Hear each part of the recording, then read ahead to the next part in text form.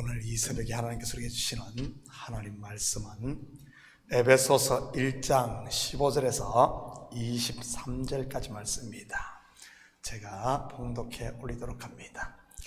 이로 말미암아 주 예수 안에서 너희 믿음과 모든 성도를 향한 사랑을 나도 듣고 내가 기도할 때 기억하며 너희로 말미암아 감사하기를 그치지 아니하고 우리 주 예수 그리스도의 하나님 영광의 아버지께서 지혜와 계시의 영을 너희에게 주사 하나님을 알게 하시고 너희 마음의 눈을 밝히사 그의 부르심의 소망이 무엇이며 성도 안에서 그 기업의 영광의 풍성함이 무엇이며 그의 힘의 위력으로 역사하심을 따라 믿는 우리에게 베푸신 능력의 지극히 크심이 어떠한 것을 너희로 알게 하시기를 구하노라.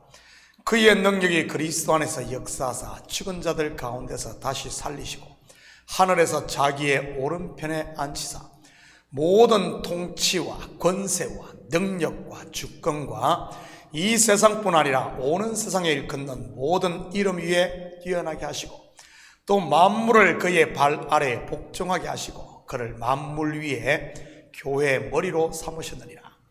교회는 그의 몸이니 만물 안에서 만물을 충만하게 하시는 이의 충만함이니라. 아멘. 좋은 아침입니다. 오늘 본문은 에베소 교회를 향한 바울의 기도입니다. 우리가 골로새서를 공부하며 이미 비슷한 내용을 살펴보았습니다. 골로새 교회를 향한 사도 바울의 중보기도 말이지 내용이 겹치는 부분도 있지만 에베소 교회를 향한 기도를 다시 한번 깊이 있게 살펴보도록 하겠습니다. 내용에 들어가기 전에 앞서 이 바울의 사역을 보면 후반부로 갈수록 더 영적으로 깊어지는 것을 보게 됩니다. 그런데 그의 영성이 깊어질수록 그가 더 낮아지는 것을 볼 수 있고요. 오늘은 이 부분을 먼저 살펴보고 가도록 하겠습니다. 그가 예수를 모를 때의 모습을 한번 볼까요? 일명 율법 아래에 있을 때 말이지. 갈라디아서 1장 13절 14절입니다. 내가 이전에 유대교에 있을 때 행한 일을 너희가 들었거니와 하나님의 교회를 심히 핍박하여 잔해하고 내가 내 동족 중 여러 영갑자보다 유대교를 지나치게 믿어 내 조상의 유전에 대하여 더욱 열심히 있었으나 하나님을 지나치게 믿었다고 할 만큼 그는 열심히 대단했던 사람입니다. 뿐만 아니라 얼마나 철저하게 율법을 지키고 살았던지 자신은 율법으로는 흠이 없는 사람이라고 스스럼없이 말을 합니다. 확인해 볼까요? 빌립보 3장 4절에서 6절입니다. 그러나 나도 육체를 신뢰할 만하며 만일 누구든지 다른 이가 육체를 신뢰할 것이 있는 줄로 생각하면 난 더욱 그리하니니 나는 8일 만에 할례를 받고 이스라엘 족속이요 베냐민 지파요 히브리인 중에 히브리인이요 율법으로는 바리새인이요 열심으로는 교회를 바뀌게 하고 율법의 의로는 흠이 없는 자라. 일명 그의 이름 사울처럼 세상에 큰 자였던 것이지 그것도 하늘을 찌를 만큼 말입니다. 혹시 여러분 가운데 이런 분은 없어요? 소위 스스로 잘난 사람 말입니다. 나는 열심히 특심이야. 나는 죄가 하나도 없어 하시는 분 말입니다. 왜 그런 줄 알아요? 하나님을 만나지 못해서 그런 겁니다. 영적으로 보면 어린아이라서 말이지. 그런 바울이 다메섹 도상에서 예수를 만나 초기 사역을 할 때의 고백을 들어볼까요? 고린도전서 15장 8절 9절입니다. 맨 나중에 만삭되지 못하여 난 자 같은 내게도 보이셨느니라. 나는 사도 중에 지극히 작은 자라. 내가 하나님의 교회를 핍박하였으므로 사도라 칭함을 받기에 감당하지 못할 자로다. 고린도전서는 여러분들 알다시피 사도 바울의 초기 저서입니다. AD 55년경에 기록되었으니까요. 이때 사도 바울의 자기 평가가 뭐죠? 나는 사도 중에 지극히 작은 자입니다. 작은 자는 작은 자인데 사도 중에 작은 자. 그런 거가 약 한 7년에서 8년 정도 선교 사역을 한 후의 모습을 한번 볼까요? 계속해서 에베소서 3장 8절입니다. 모든 성도 중에 지극히 작은 자보다 더 작은 나에게 이 은혜를 주신 것은 청량할 수 없는 그리스도의 풍성함을 이방인에게 전하게 하시고, 에베소서는 우리가 공부해서 알듯이 AD 62년경 로마에 감금되었을 때 기록한 서신입니다. 이때는 자기를 어떻게 평가합니까? 모든 성도 중에 지극히 작은 자보다 더 작은 자로 자기를 말합니다. 성도 중에서도 가장 작은 자라는 말이지. 마지막으로 디모데전서 1장 15절에서 16절을 봅니다.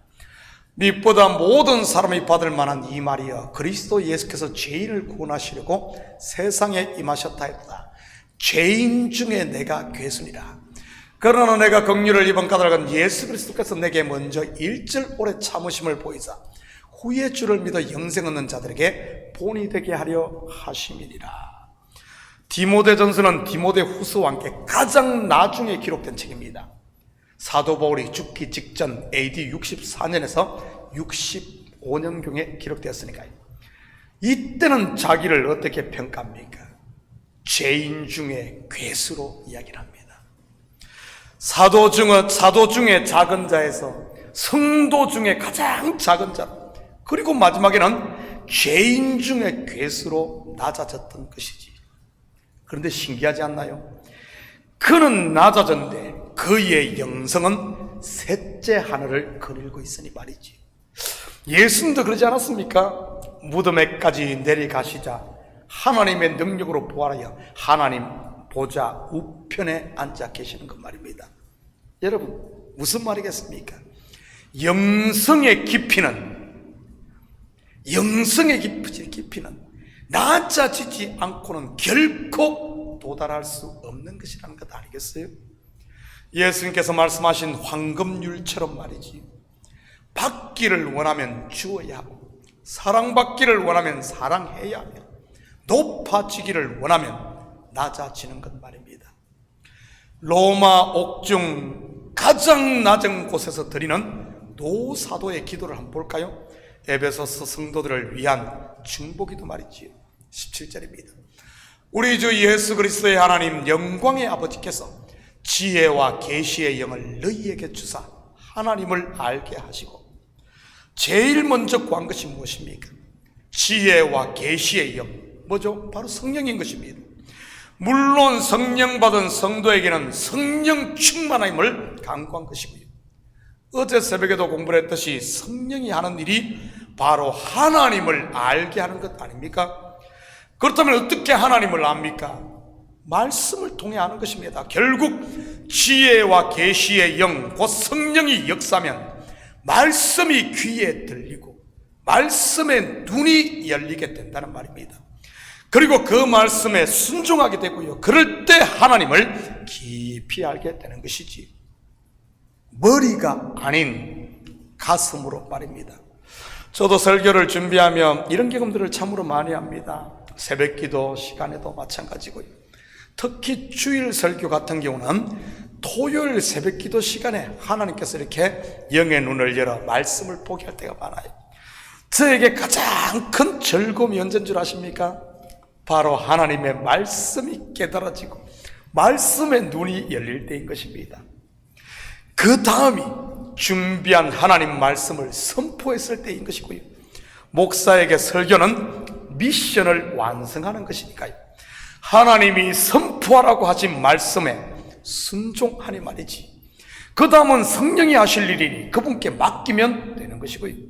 저는 우리 모든 식구들 또한 지혜와 계시의 영을 받아 매 순간순간 하나님을 더 깊이 알아가시기를 축복합니다. 18절입니다. 너희 마음의 눈을 밝히사 그의 부르심의 소망이 무엇이며 성도 안에서 그 기업의 영광의 풍성함이 무엇입니까?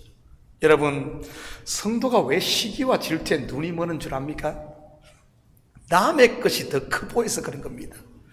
바로 마음의 눈이 가리워져서 감겨 있어서 그런 겁니다.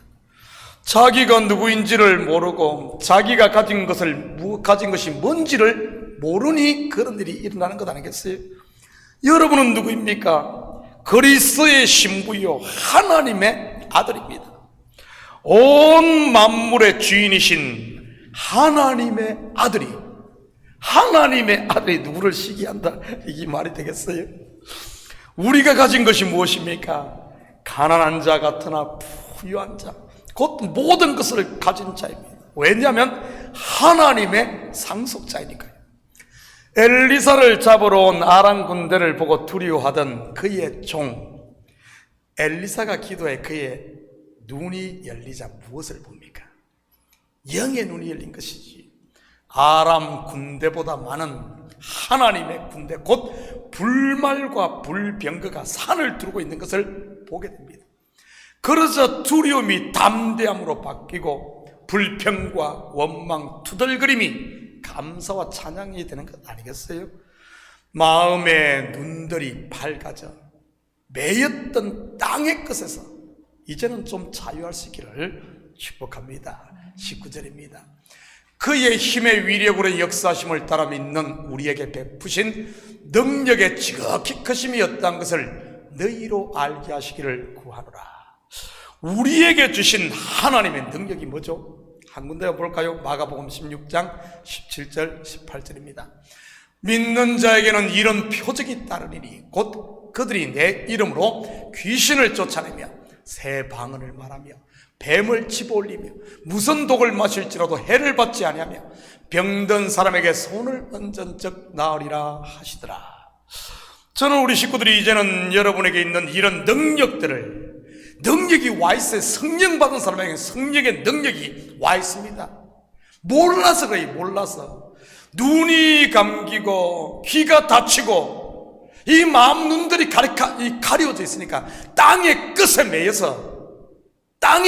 매여서 가려져 있으니 자기가 가진 능력을 모르는 거지. 그러니 마음 한 저 구석 장롱 속에다 가둬두고 있는 것입니다. 이제는 눈들이 열려 이런 능력들을 사용하시기를 축복합니다. 귀신도 쫓아내고 새 방은 곧 하나님을 높이고 찬양하며 뱀만 보면 이리저리 피하지 마시고 믿음의 손을 내밀어 집어 올리시고, 뱀을 집어 올리면 뭐가 되던가요? 모세 말이지요. 지팡이가 됩니다. 탁 집으니까 지팡이. 다시 놓아버리면 뱀이 되죠. 무슨 의미겠습니까?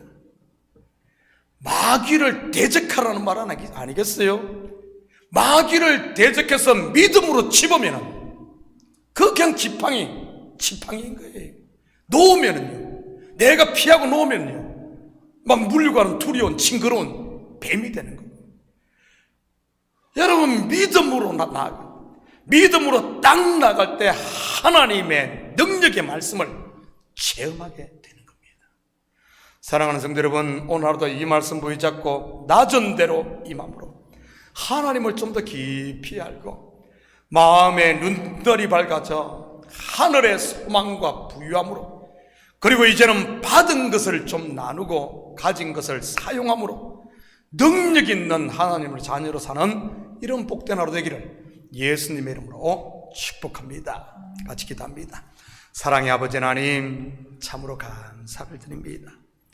우리의 마음의 눈, 영의 눈을 열어주셔서 우리가 어떤 자임을 알게 하시고 우리가 받은 능력이 무엇인지를 알아 이제는 아버지 하나님 거지 근성 아버지 하나님 다 버리고 종의 근성들 버리고 하나님의 자녀로 하나님의 아들로 당당히 살게 하시고, 아버지 하나님 우리에게 주신 능력이 무엇인지를 알아 이제는 그 능력을 사용함으로 귀신을 쫓고 우리의 입술로 하나님을 찬송하며 아버지 하나님 마귀를 대적하고, 그리고 매일매일 삶 가운데 주의 영광을 위해 사는 이 시대 하나님의 일꾼 하나님의 자녀들 다 되게 도와주시옵소서. 이 새벽도 우리의 마음을 주님 앞에 쏟아놓을 때마다 주님, 우리 속에 막힌 것이 있다면 아버지 하나님 이젠 뚫어주시고, 가리워진 것 있다면 이제는 활짝 열어 우리가 누구인지를 알아 그 신분에 맞게 오늘도 아버지 하나님 감사함으로 사는 저희들 되게 도와주시옵소서. 감사드리며 예수님의 이름으로 기도드립니다. 아멘.